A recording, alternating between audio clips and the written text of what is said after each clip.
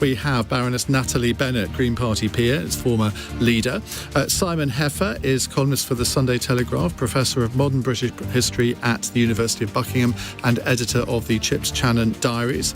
To my right, Heather Wheeler, Conservative MP for South Derbyshire, and Alan Rusbridger, editor of Prospect magazine, to which I have a subscription, I should tell you, and a former editor of The Guardian, to which I don't have a subscription. Many people will be shocked to hear. 0345 6060 973 is the number you need if you want to ask our panel a question. You can text your question to 84850 or ask Alexa, send a comment to LBC. And you can watch us on Global Player. 0345 6060 973. Tweet at LBC. Text 84850. Cross question with Iain Dale. This is LBC. Well, let's go to our first caller. It's Chris in Richmond. Hi, Chris. Hi, Chris. Hi, panel. Does Rishi Sunak's refusal to sack Gavin Williamson simply prove that he's really not interested in restoring integrity to our politics? Alan. Well, I would suspect he's getting toast before very long, judging by the leaks that are coming out for the third time. What does it demonstrate? I mean, I thought we'd seen the last of him the last time he was bundled out of office, because he seems, on the face of it, supremely untalented. And I always got the impression that he was not very nice. Maybe that's a quality that you need in the whip's office. And a bit like Suella Braverman, it felt like some deal had been done that required him to be back in the cabinet. And I don't think it would be a great loss if he went. But I imagine if he's going to go, it would be well for Rishi Sunak to do it as soon as possible. He was seen as a good chief whip, though. I mean, he wasn't seen as a good defence secretary, he wasn't seen as a good education secretary, but by common consent almost, he was seen as a very good chief whip. Well, maybe that's because of the kind of threats and blackmails that seem to be emerging now is a necessary quality in a good chief whip. I don't know. Well, Heather, he seems rather good. Heather knows. She's maybe been on the receiving end of it. He was chief whip when I was in the office, and you couldn't meet a nicer bloke. It's really, really simple. Whipping is a combination of making sure people actually understand what they're voting for, and therefore they see the light, making sure they realise that it was in the manifesto that they stood on, so they see the light, and making sure that they realise it's the best thing since sliced bread, and many golden things will happen for them because they're going to vote the right way. And, the idea that we go around thumping people is utterly ludicrous, and people need to grow up and be adults about this. But should female MPs, even if they are chief whips, have to be on the receiving end of the kind of abuse that he doled out to Wendy Morton in those texts? I think that those texts were unacceptable. Has he ever sent you one like that? Certainly not. And basically, Wendy should have found him and told him to shove off. And then he wouldn't have done it. I find the whole thing it's actually quite childish. And I am really, really surprised. I'm surprised that Gavin put it in writing, and I'm surprised that Wendy reacted the way Wendy did. But when you say he's the nicest bloke you could possibly meet, that is not what a lot of your colleagues think, is it? No, I mean, I was there when the tarantula was there and all the rest of it. It was a joke. There's people that actually like spiders. And they really wanted to come in when it was feeding time. They thought it was wonderful. I mean, if you don't like spiders, well, vote the right way. Then you don't have to have a conversation with the spider in the room, do you? Natalie. Well, I think what Heather just said about thumping people did rather conjure up the memories of the fracking vote. Which didn't happen. There hasn't been an inquiry and nothing happened. And, of course, people have apologised for taking photos that might have misled the House. Well, I think people have a very good sense of what the tone of the House of Commons was that evening. Indeed, I was in the House and I heard people coming out deeply shocked and disturbed. But I think, coming back to clutching their pearls.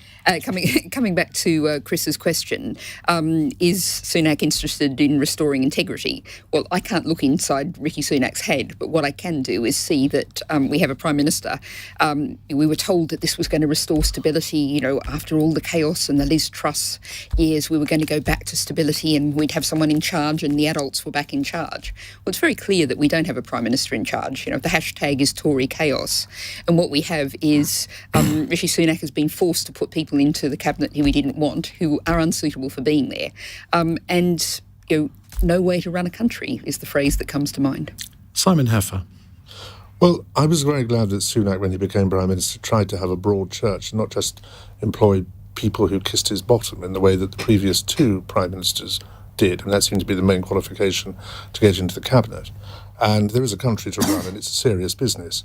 And a lot of people are, for various reasons, very nervous at the moment and very apprehensive about the future. So we need to be governed in a responsible way. So I thought, well, yes, he's having a cabinet so-called of all the talents, at least of all the talent that was available to him. And that is a good thing. But where does Williamson fit into this? Williamson is a profoundly untalented human being. Why is he there? Whose back has he scratched, or whose back is he supposed to scratch? I can't think of a single quality that man has that commends him to be in a government that is facing a serious international and national situation as we are at the moment. He should not be there. Now, OK, Sunak's only been Prime Minister for a couple of weeks, and it looks embarrassing to kick somebody out so quickly. But I'd kick him out purely for those texts, which were deeply offensive. And I don't think that, even in this day and age of equality, that a man should send semi-violent text to a woman like that. It was really deeply distressing. And it shouldn't happen. But what I thought was most ridiculous about Williamson was that he was whining about not going to the late Queen's funeral. I mean, come on, grow up. I don't want to be ruled by people who get upset because they're not invited to some occasion where they can do a bit of social climbing. He's utterly unfit for office. Sunak should sack him at once. But of course, I suppose if he gets rid of him, then the spotlight turns back to Suella Braverman. That's a much more straightforward question. She either breached national security or she didn't. If she did, she shouldn't be in the government. There is a development in this story tonight in that the civil servant to whom he allegedly said you should slit your throat or jump out of a window has now made a formal complaint to, I don't know whether it's the Ministry of Defence, whoever to, 5 years on. So that will no doubt drag on for months as well. Well, it's not behaviour that is commensurate with holding a high office of state. Let's add another factor into this. We have an Alexa question from Chris who says, given we have yet another bullying scandal in Westminster, why would anyone want to get into politics? Simon, you've got two 20-something sons. If one of them came to you one day and said, Dad, I want to be an MP, what would your advice be? I'd show him to a darkened room and invite him to lie down for half an hour. And give him a bottle That's a terrible thing, isn't it? Mm. Well, I think it is, at the moment, an absolutely toxic environment to go into. And I don't think it's actually getting any better. And until there's a real mucking out of the Augean stables, until we have a few years of government where it is palpably the case that people of whatever party are in government to serve the country and to serve the public and not to serve themselves, it will be something that you will not want to go into. I would not say to any young person, whether they were my children or not, that they should go into politics at this stage, because it needs, the generation above them, the people in their 30s, 40s and 50s, need to clean it up and then make it fit for the brightest people of the younger generation, young men and young women, to go into politics. It's not like that at the moment. Natalie? Well, I very strongly disagree with that. In fact, I was doing a Learn with the Lords session with schools on Monday and saying to everyone, to every young person, that politics should be what you do, not have done to you. And politics doesn't just mean going to Westminster. Politics means getting together with your friends, your colleagues, your classmates, your neighbours, and making the world a better place. And some people who do that will end up in Westminster. And that's the way we empower people, build up our society, actually make the UK a democracy. So what's really important is a message, and I really want to counteract that message. I want every young person to get engaged in politics, because that's how we build a different kind of world to the one that the elders, among whom I count myself, have created. And that's a laudable, idealistic thing to say, but I have to say, if one of my best friends came to me and said, Iain, I want to be an MP now, I'm not sure I could in all conscience, well, I suppose it depends who they are and how robust they are, but I'm not sure, Heather Wheeler, I could in all consciousness say, yeah, go for it. Yeah, it is difficult. In fact, what's quite interesting is the way people use language about how apparently awful it is, then that gets translated up. You know, 2 of my colleagues have been killed. They've been murdered. And I genuinely put that down to people ramping up the rhetoric outside. So, you know, look after your 20-year-old sons, whatever, Simon, of course you must. But, you know, all this language, you know, there aren't 654 Baddens in there. There might be one or two or three or four, but that is it. You know, every single MP I know, obviously I was in the tea room before I came out here, and, you know, people they are working their socks off for their constituents. They are 25 hours a day, 8 days a week working for their constituents. Well, some of them are, of course. Well, absolutely. So let's not tar everybody with the same brush, No, shall we? but that wasn't the point I was making entirely. I think it is also a horrible job.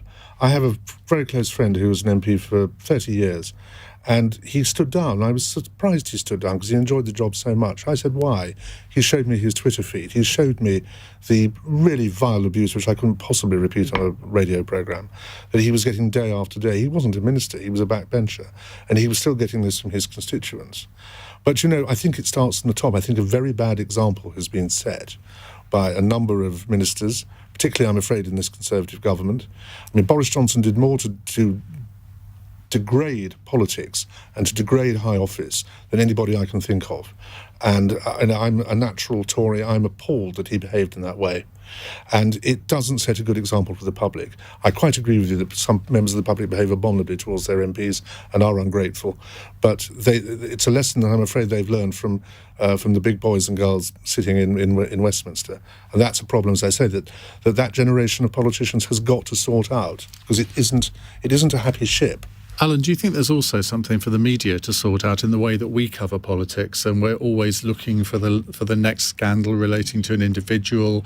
And I mean, look, Gavin Williamson should not have sent those texts, but I mean, the fact that this is the first question on the programme tonight, when there are all sorts of other things that we no doubt we will be talking about, but it's the froth of politics, isn't it, rather than anything massively serious?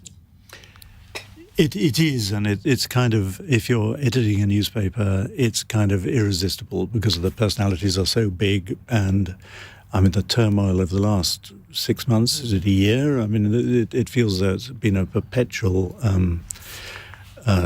boiling soup bowl of well, it's a year since Boris Johnson tried to save Owen Patterson. Exactly. So, and that's kind of when it all started, wasn't it? And it's very hard not to cover it in terms of the personalities.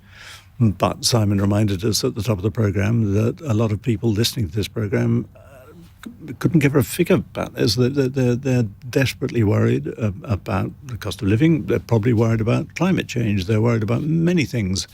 And it is, I'm afraid, a black mark against the media that so much of this is covered in terms of personalities rather than the things that I'm sure we're about to come and talk about. Well, if you'd like to ask a question to the four personalities sitting either side of me over the next 3/4 of an hour, you can do so by phoning 0345 6060 973. You're listening to LBC. It's 8:15. This is LBC.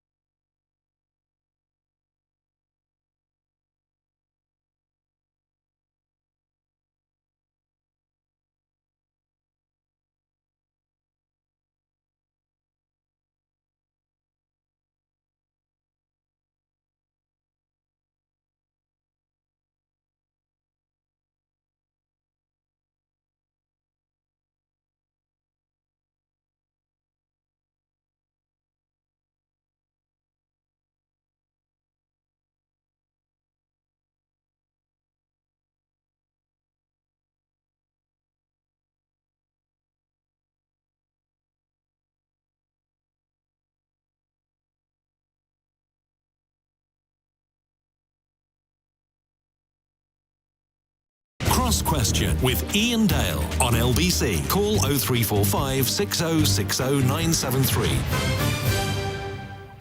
Well, the breaking news that we have now is that Gavin Williamson has just announced his resignation as a Cabinet Office Minister. He sent the Prime Minister a letter. It's actually quite short. Let me just read it to you. As you know, there is an ongoing complaints process concerning text messages I sent to a colleague. I'm complying with this process and have apologised to the recipient for those messages. Since then, there have been other allegations made about my past conduct. I refute the characterisation of these claims, but I recognise these are becoming a distraction for the good work this government is doing for the British people. I've therefore decided to step back from government so that I can comply fully with the complaints process that is underway and clear my name of any wrongdoing. It is with real sadness that I tender my resignation, but I want to take this opportunity to offer my full and total support from the backbenches. I'm incredibly proud to have worked with you in government over the last few years and during the campaign. So just to repeat, Gavin Williamson has resigned as a Cabinet Office Minister, but not just a Cabinet Office Minister, he was attending Cabinet as well. Let's just get a quick reaction from our panel. Heather Wheeler, you said nicer man you could not meet. Well, this nice man has fallen on his sword. He's fallen on his sword, and clearly that's the right thing to do. I'm glad he's taken that decision. If you are the story, you're distracting from everything else. So well done, Gavin. And Rishi's got my number if he knows who to appoint next. Well, there we go. And Sola Braverman might be next under your logic then, because she's becoming a distraction, isn't she? No, because we had Gavin to take away from that. But who next? Well, maybe the spotlight will go back on her. Alan Rusbridger, was this inevitable?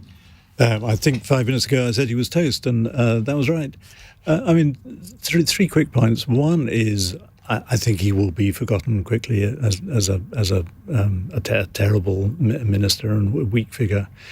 Secondly, I slightly disagree with Heather. I think the fact that Wendy Morton complained about it was a good thing, because I think it shows that these are not normal standards and not normal things, not normal ways of behaviour. Somebody on a tweet just said, if this had been sent to a man, we wouldn't be talking about it. Do you think that's true? But possibly, but I still think it would have been wrong. And as far as I know, the civil servant at the Ministry of Defence who was told to slit his throat was a man, and was very, very upset about that.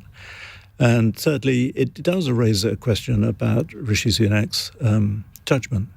He's only 2 weeks in, and he's presenting himself as a new page, different kind of Prime Minister, and it feels a bit like the story's picking up where it left off under Boris Johnson and Liz Truss. Natalie.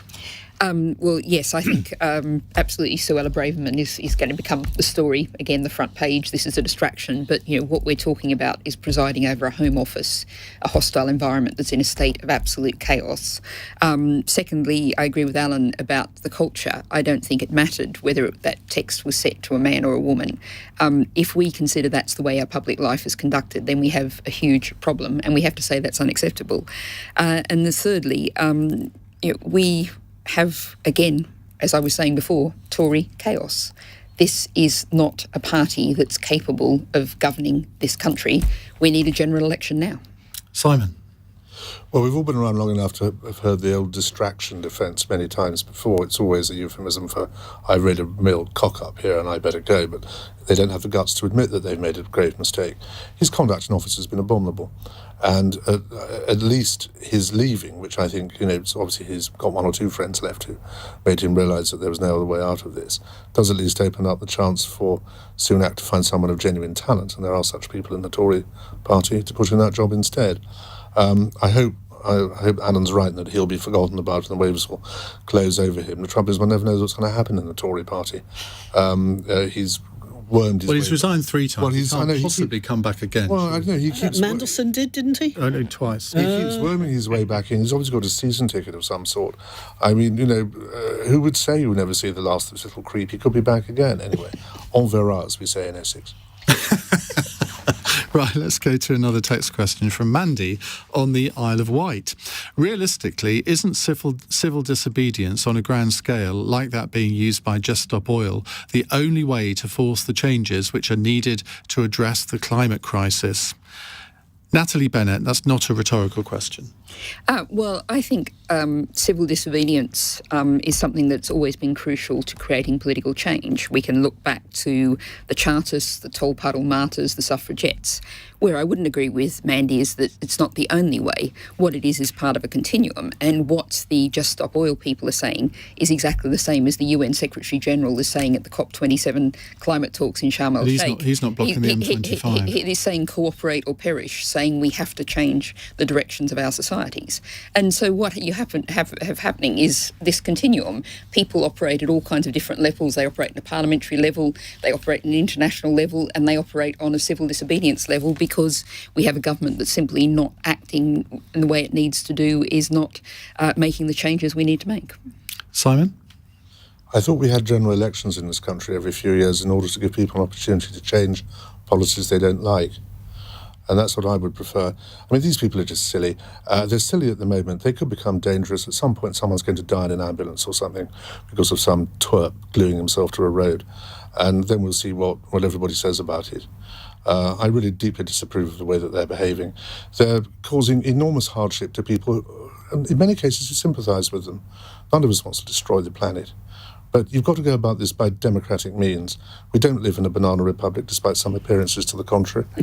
We live in a society where Boris Johnson, however many prime ministers back, got elected with 100% of the power in the House of Commons with the support of 44% of people. That's not democracy. Well, if you can think of a better sort of democracy, then let's have that argument.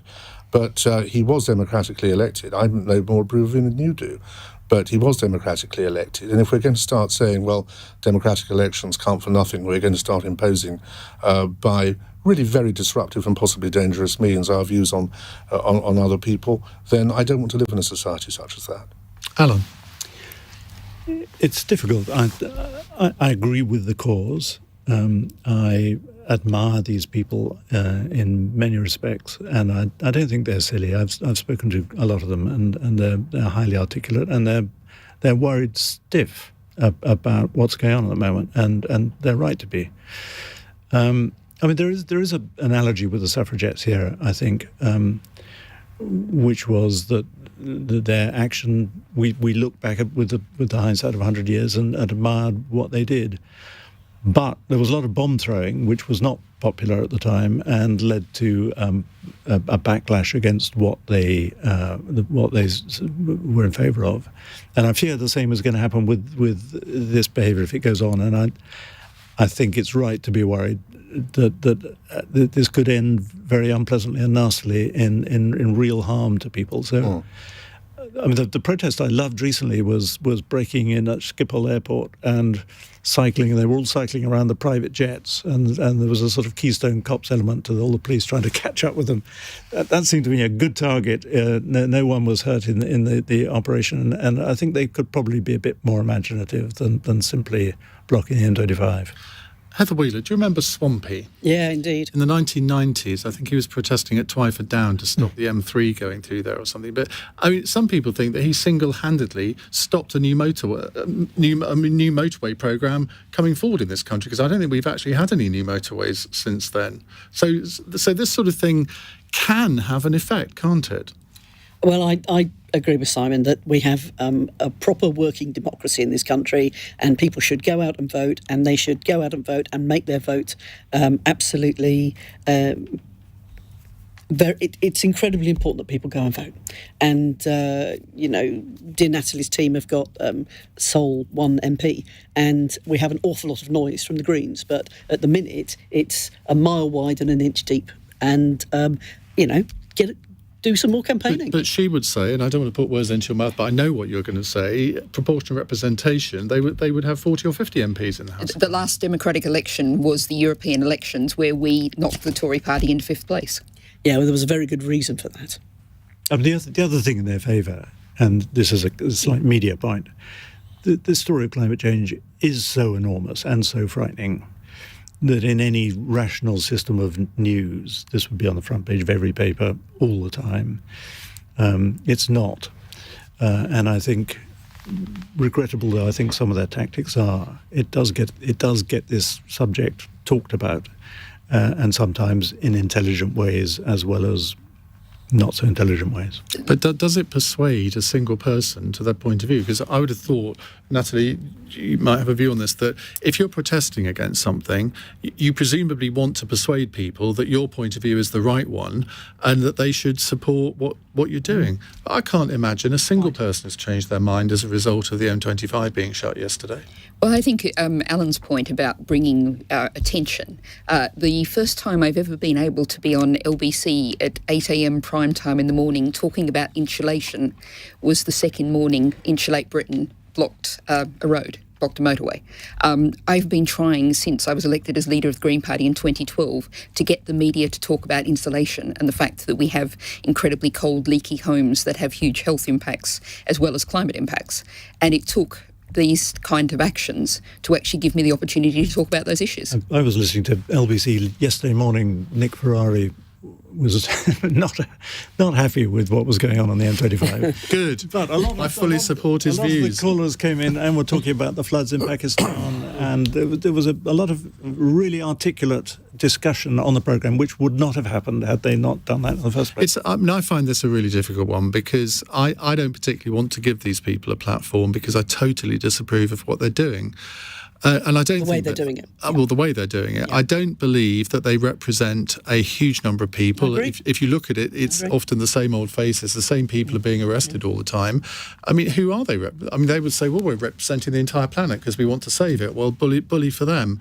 But it's not as if they've got sort of hundreds of thousands of people rushing to their support. What you've got is members of the House of Lords, including former Lord Chief Justices, a whole range of people who threw out the government's attempt in their last policing bill to stop. Well, this is the system that Simon. And, I would love to have an elected House of Lords. The first thing I did after I made my speech was trot up to the bill office with my elections for the House of Lords bills. So we have what we have, but these are not, the kind of people who you would necessarily expect to be lining up. But they say that protest is part of our democracy. The House of Lords defeated the government 14 times in one night on all of these issues, which the government has now brought back as the Public Order Bill, with an extremely repressive attack on the freedoms that have been a central part of our society, and that members of the House of Lords, crossbench, non-party members, former judges, are standing up and defending. Well, more from our panel, Alan Rusbridger, Heather Wheeler, Natalie Bennett and Simon Heffer in just a few moments' time. 0345 6060 973 if you'd like to ask them a question. It's 8:30 news headlines with Josh Bancroft. In the last few minutes, Cabinet Minister Sir Gavin Williamson has resigned. It follows allegations of bullying, which he denies. In a letter, Mr Williamson has said he's stepping back from government to comply fully with a complaints process following allegations over his behaviour, and that he intends to clear his name fully. Americans are voting in midterm elections. Results that should begin to come through from midnight our time. The outcome could have a significant impact on President Joe Biden's ability to pass new laws. And EastEnders actor Bill Treacher has died at the age of 92. He appeared in the very first episode of the soap in 1985.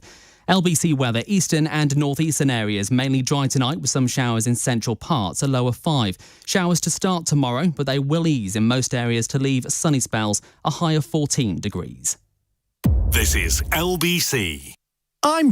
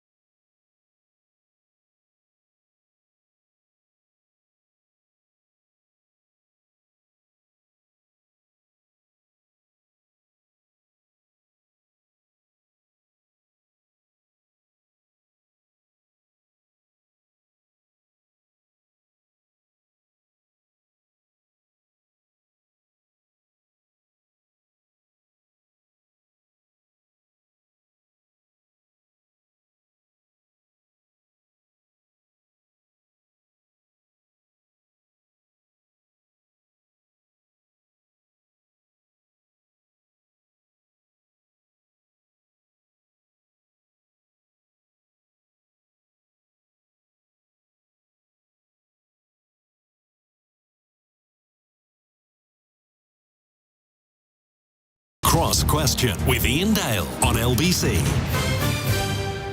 Don't forget, if you ever miss an episode of Cross Question, you can catch up on the Cross Question podcast on Global Player.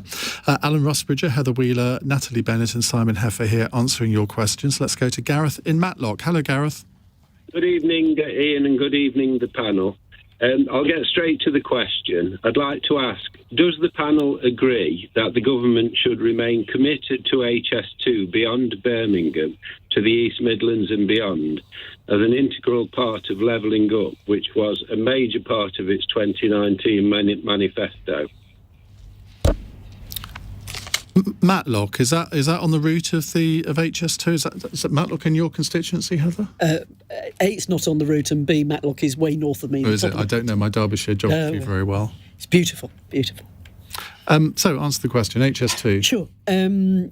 So I'm South Derbyshire, and we abut Derby, and around our area there are 200 firms who are involved now with making sure that HS2 happens.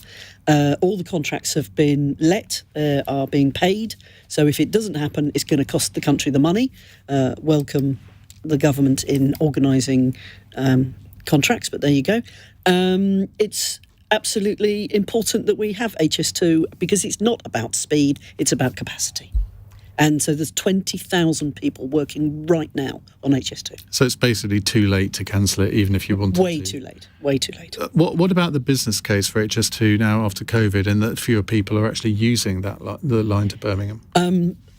I commute Mondays and Thursdays pretty much most of the time, and the trains are packed. Absolutely packed. Okay. HS2, it's always been a bit of a difficult one for the Greens, hasn't it? Because in theory you want to see more rail travel rather than road travel, but... It's never been a difficult one for us. We opposed HS2 right from the start. We want to see things like the Transpennine so-called Express, massive investment on travel east-west across the country, travel through the north, not starting in London. However, picking up what Heather said, I mean, there's the problem of the sunk cost fallacy, the idea of throwing good money after bad. However, we do have the problem that we have now spent a massive amount, and we've also created an enormous amount of environmental destruction of things that can't be brought back. Communities have been torn apart. So what we're really focusing on now is we have to make sure that HS2 is genuinely affordable and available to people. Now, on its old business case, it was assuming that the average income of a passenger would be £72,000 a year.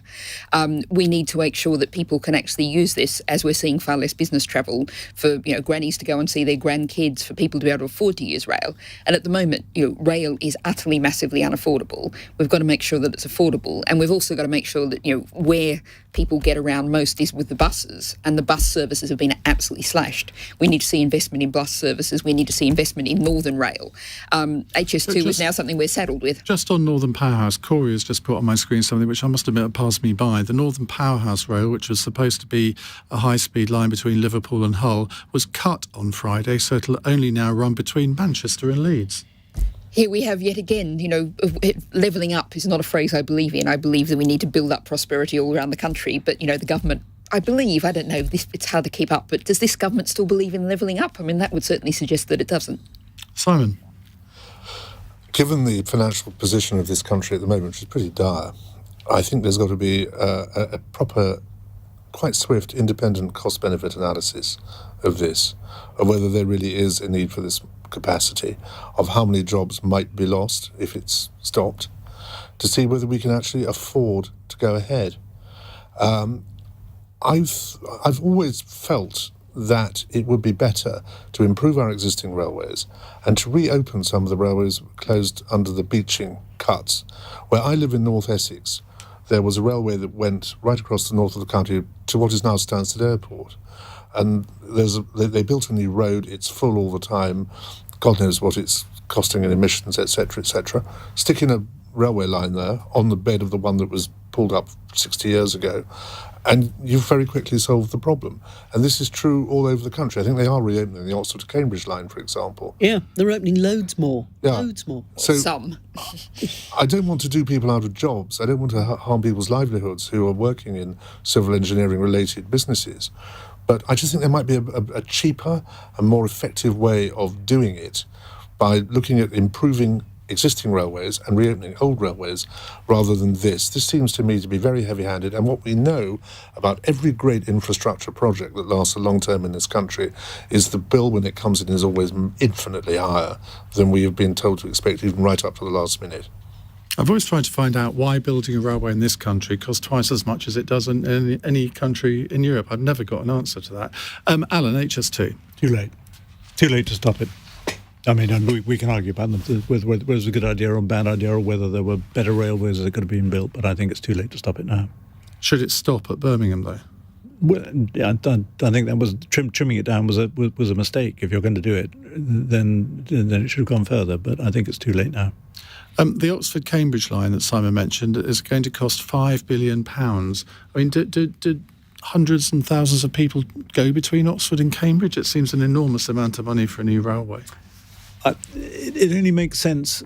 I mean, I think there is an argument about knitting together the Oxford and Oxford and Cambridge scientific hubs, and I think that could be quite a powerful nexus of innovation and exploration. It obviously doesn't make sense in any other way.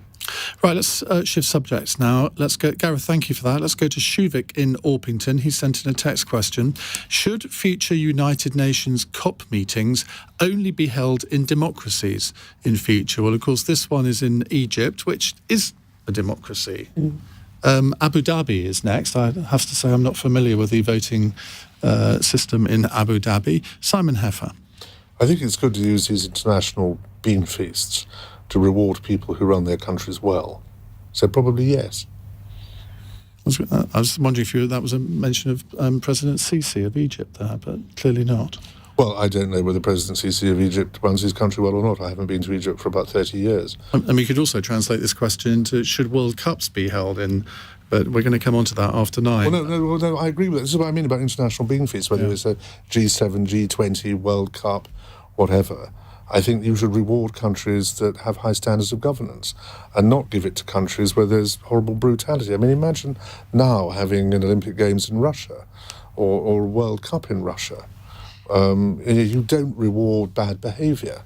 Well, Corey helpfully informs me that the United Arab Emirates, which is obviously where Abu Dhabi is, has been described as a tribal autocracy, where the 7 constituent monarchies are led by tribal rulers in an autocratic fashion. There are no democratically elected institutions, and there is no formal commitment to free speech. Absolutely the ideal place to hold an international conference. Hey, Alan? Well, I think the serious point is that it's good to have it in hot places. Not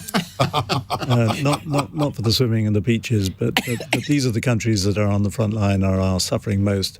In most cases, they're the countries that have contributed the least to global warming. And I think it does change the conversation and bring a focus and reality to the talks, which is sometimes absent, I think, from the British conversation that I've been hearing over the last 48 hours. And I think the 2027 Eurovision Song Contest is designated for Pyongyang. Heather. Yeah, I hope that's a joke. It is a joke. Thank God well, I think it is. Okay, so this is a phrase I didn't think I'd ever hear myself saying. I completely agree with Alan. This is, let's get out there, let's show the best of everything. The whole event will be completely free speech, and it might be enlightening to the people who are running the show. Someone on Twitter says, listening to Cross Question for the first time, live, found myself agreeing with everything Simon Heffer has said. Wasn't expecting that. I love the public. Natalie? I'm going to say I agree with Alan too. I mean, what's really ridiculous. Let's move on to another question. I think I'd quite like to contribute to your Qatar in the next hour as well. I don't imagine you'll let me do that. I mean, I think there's very grave concerns about the British government's extremely close relationship with Qatar and military cooperation and the World Cup, etc. But I think coming back to Egypt, I mean, there is some huge issues. I know there's an issue with the British Egyptian prisoner there who's on hunger strike, Ala Abda al-Fattah, and the British government is not doing enough on that issue. On the other side of things, I did see that... What would you actually like them to do? Because I was listening to a news bulletin the other day where they were talking about this in quite a lot of detail. I must admit, I'd never heard of the case before. And the Foreign Office was saying, well, we're doing everything we can. But, I mean, what can you do as a government, apart from make representations? I mean, you can't spring him from jail. Well, I suppose you could, but... No, I'm not suggesting that. But when you say they're not doing enough, I'm interested to know what you think it's a think they should be question doing. of the tone and the language and the way it's approached. I mean, I'll agree this is complicated by the fact that Egypt is hosting COP27 right at this moment. But in general terms, what we see is a government that very often puts trade... but Rishi Sunak has raised it with the Egyptian president. I'm not sure what else he's supposed to have done. And the Foreign Secretary raised it, the Arab Minister raised it. They're doing all that they can, and it ill behooves anybody to denounce those actions. Well, I want stronger actions. I'm not denouncing those actions. But what stronger actions? What do you want them to do? Well, I think if you look at the language is, we're making representations, we're doing these things. It's all very, very diplomatic language. So you want them to use Gavin Williamson-style language, do you? No, but I think there is, in the diplomatic world, there's a whole range of things which are still full and frank excruciatingly polite, but gradually stronger in tone. And so, I want to maintain the excruciating politeness of diplomacy, but stronger terms. But I do also just finally want to say, looking on the positive side of this, I saw that Egypt this afternoon unblocked the Human Rights Watch website. So sometimes international pressure campaigning does make a difference. So softer language might have made a difference in this case. Well, stronger language might have unblocked more websites. Well, we'll never know, will we? More questions in a moment. 0345 6060 973 is 8:46. LBC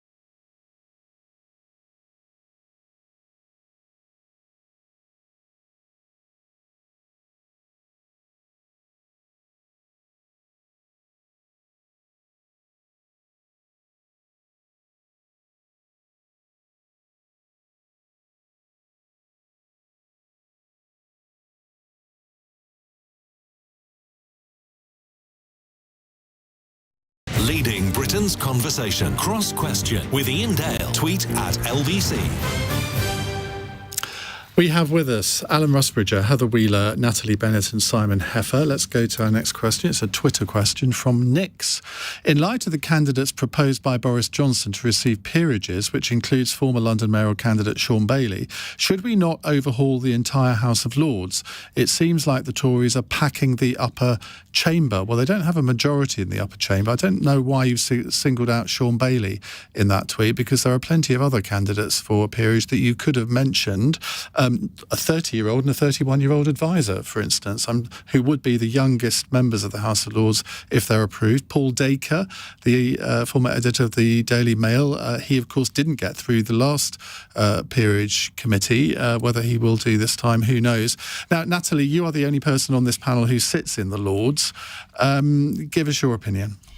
Well, I absolutely believe that the House of Lords should be elected, but this is just one symptom of a dysfunctional, undemocratic, totally outdated constitution that we've arrived at through centuries of historical accident. But it does sort of work, doesn't it? In terms of what it's supposed to do as a revising chamber. You were bragging about us losing 14 votes. The House of Lords, the whole constitution, Iain, would you really say after the last 6 months that our constitution works? No, I didn't say the constitution worked. I said the House of Lords as a revising chamber works. And I agree. If we were inventing it, we wouldn't invent what we've got. Mm-hmm. But I'm always slightly sceptical about abolishing something that actually does what it says on the tin. Well, I think what we're seeing, as Nick has said in this question, the Tories are stacking more and more people in, and you're right. Probably still right. It's very marginal now. The government has won a couple of votes recently in a really tight contest. I mean, we've been seeing when crossbenchers line up with all the opposition parties, they've been winning votes typically by about 20 votes. Now, if the Tories if Boris Johnson, Liz Truss list put about 40 people in, then you've probably just about given the Tories a majority, a practical majority. So we are seeing this being stacked and turned around, in which case, but, I believe very strongly in an elected House of Lords through a proportional system. But the reason why I say that's part of the broader constitutional issue is because if you had a democratically elected House of Lords, which I want, you would then immediately have the most enormous constitutional crisis, because the House of Lords would have more democratic legitimacy than the Commons if you left the Commons as it is now. But it would still not be able to overturn legislation that was in the party's original manifesto, would it? Quite.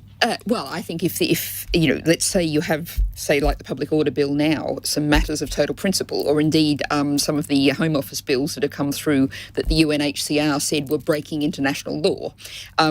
What are people supposed to do? Do you uphold international law, or do you follow a convention that says if it was in the manifesto, you have to let it through? That's a very big question for people in the Lords now, but it's an even bigger question if they're elected. Heather. I congratulate people who are being ignobled, and a lot of them have worked very, very hard, campaigned very, very hard for tens of years, and some of the younger ones. Wouldn't it be interesting if things changed, that people were given maybe 8 years in the Lords, and then so the younger ones would then go off and do something else and then maybe come back later? Alan?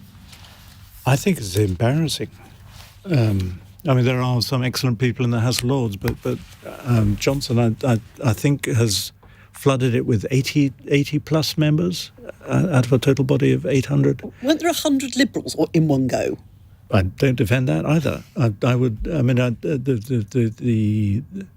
The ratio of chancers, I won't say crooks, chums, relatives, cronies, toadies who are being shoehorned in. And we, the last question was about whether we could be holding COP talks in democracies. This is not a democracy. This is not. Say what you like about Abu Dhabi. I doubt that they put people in Parliament for life on a. Well, actually, they probably do. But we really can't start talking and lecturing other countries on democracies with something that is so sham. It's embarrassing. Well, we need to see the proper list, don't we? Simon. Well, I think we've long gone past the Caligula's horse stage of the House of Lords. Johnson, as I said earlier, has degraded public office in this country, and he's now degrading it from beyond the political grave. Of course, Sunak could stop this. The King is the fount of honour, and he acts on the advice of his Prime Minister. And if Sunak didn't want some of these people in the House of Lords, he has the power to ensure that they're not ennobled. And he should do so. Johnson has no patronage. He's no longer Prime Minister. These are recommendations. Normally those recommendations are acted upon, but not inevitably. And it is, as Alan said, becoming an embarrassment. And if Sunak wants to show that he's a new broom and things are going to change, then it seems to me this is a golden opportunity for him to assert himself. The other great problem with the House of Lords is it doesn't need to have 800 people in it. No. But people are retiring all the time. People are retiring all the time, and then another bunch of boneheads gets put in and there. the number keeps going up all the time. This is the trouble.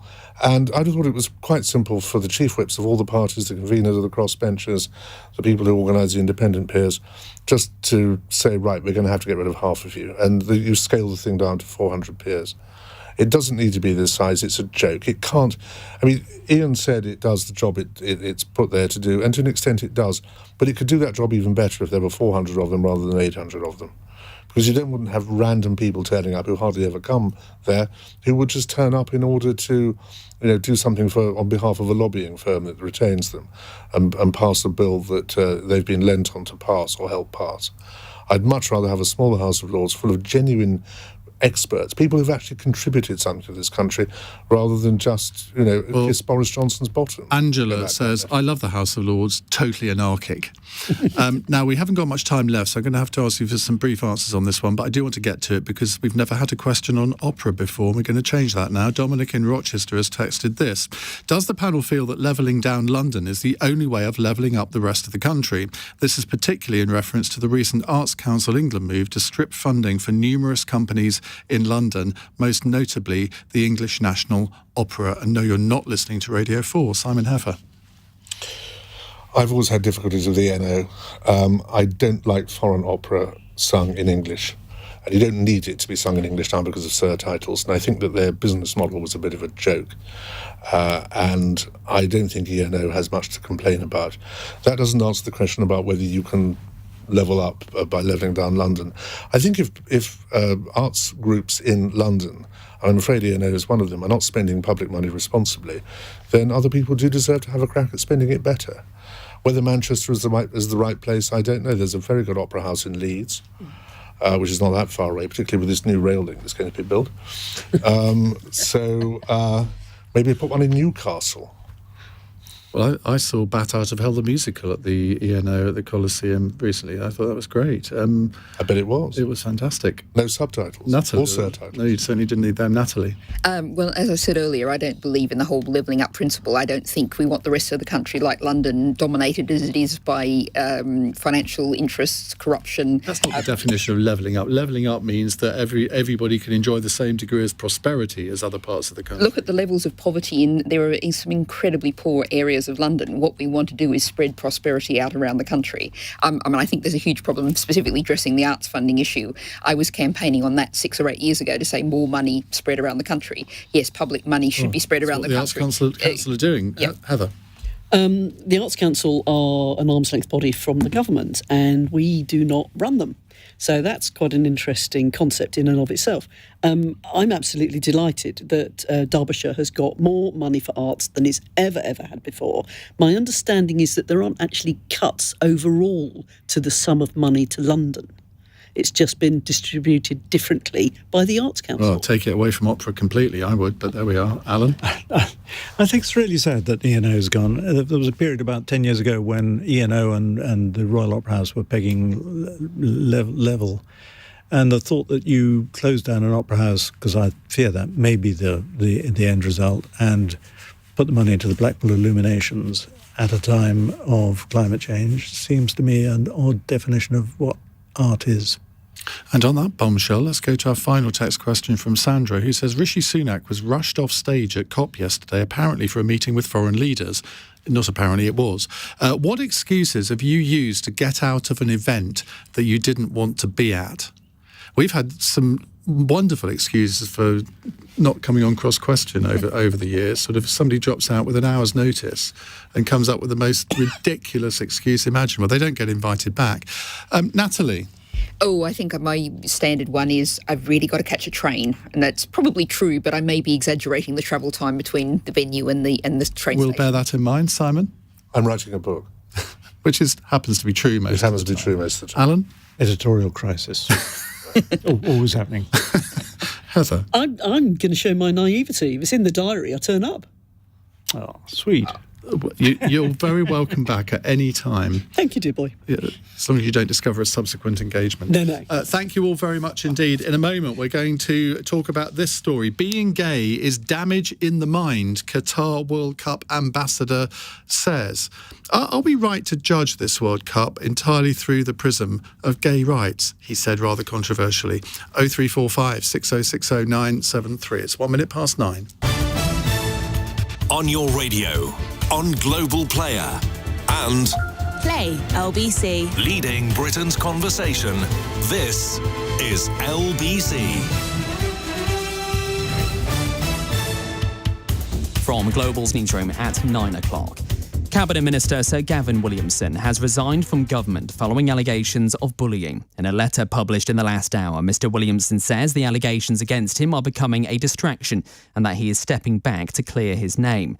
There have been new claims of remarks made to a senior official, which he denies. Conservative MP Heather Wheeler has given Iain Dale her immediate reaction here on LBC. He's fallen on his sword, and clearly that's the right thing to do. I'm glad he's taken that decision. If you are the story, you're distracting from everything else. So well done, Gavin. Inquiries are already being carried out by the Conservative Party and a watchdog into leaked messages he sent to the former Chief Whip. Historian and political commentator Simon Heffer has told LBC is a chance for the Prime Minister Rishi Sunak to reset. At least his leaving, which I think, obviously he's got one or two friends left who made him realise that there was no other way out of this, does at least open up the chance for Sunak to find someone of genuine talent, and there are such people in the Tory party. Results in the US midterm elections are expected to begin to come through in the next few hours. The outcome will determine who controls both the House of Representatives and the Senate. Former President Donald Trump has cast his ballot and predicts a big night for the Republicans. Our US correspondent Simon Marks says results will come in stages. We should get first results shortly after about 11:30 or midnight London time, because we'll start seeing polls closing. And of course, the closing of the polls, like the opening of the polls this morning, will follow the sun moving across from the east coast